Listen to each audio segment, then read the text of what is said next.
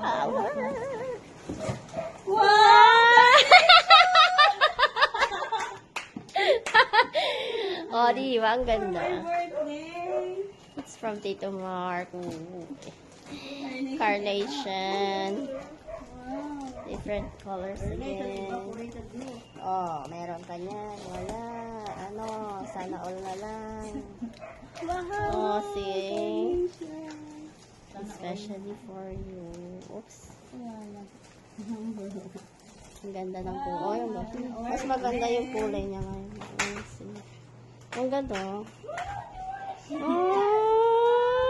Thank you, mine. It's your what? Birthday. Thank you. Birthday gift, flowers. See, different colors. So sweet. Wow. Thank you. Thank you so much. Especially for you. May ano to eh. May message to eh. Ay, open Last mo. time di ko napas. Okay, basahin natin yung message.